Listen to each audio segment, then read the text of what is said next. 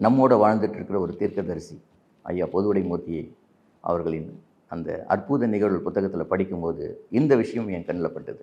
ஐயா பொதுவுடைமூர்த்தி அவர்கள் அவரோட நண்பர் ஒருத்தர் பார்க்க வராரு. வண்டி வாங்கிட்டேன், ஒரு 2 வீலரு. அதை ரிஜிஸ்டர் பண்ணலான்னு போகிறேன் நான். எனக்கு நல்ல ஒரு ராசியான நம்பர் எனக்கு சொல்லுங்கள் அப்படின்னு சொல்கிறார். அப்போ ஐயா என்ன சொல்கிறாங்க, 1569 நம்பரு கிடைச்சா வாங்கிக்கோங்க அப்படின்னு சொல்கிறார்.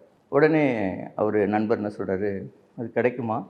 அப்படி கிடைக்கலன்னா என்ன பண்ணுறதுன்னு யோசிச்சுட்டு இருக்கும்போதே ஐயா சொல்கிறாங்க, அப்படி கிடைக்கலன்னா 1689 எண்ணை நீங்கள் பதிவு பண்ணிக்கோங்க அப்படின்னு சொல்லிடுறாரு.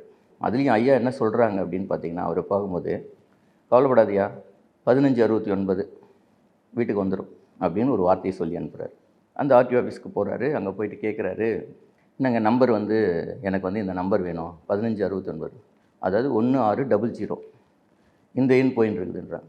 இந்த நம்பர் நமக்கு கிடைக்கலையே, நம்ம என்ன செய்யறது அப்படின்னு யோசிச்சப்போ, அப்புறம் ஐயா சொன்ன அடுத்த நம்பர் அவருக்கு ஞாபகம் வருது.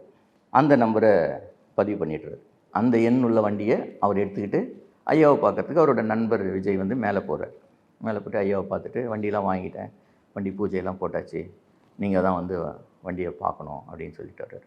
2 பேரும் பேசிக்கிட்டே என்னப்பா என்ன வண்டி நம்பர் கிடச்சிது அப்படின்னு ஐயா கிட்ட சொல்கிறாரு, நண்பர் 1569 கிடைக்கல, 1689 தான் கிடச்சிது அப்படின்னு சொல்கிறாரு. அப்படியா சரின்னு சொல்லிட்டு பார்த்துக்கிட்டே கீழே வண்டியை பார்க்குறாங்க. வண்டியை பார்த்தாக்கா பக்கத்தில் ஒரு வண்டி நிற்குது, 1569 ஒரு வண்டி நிற்குது.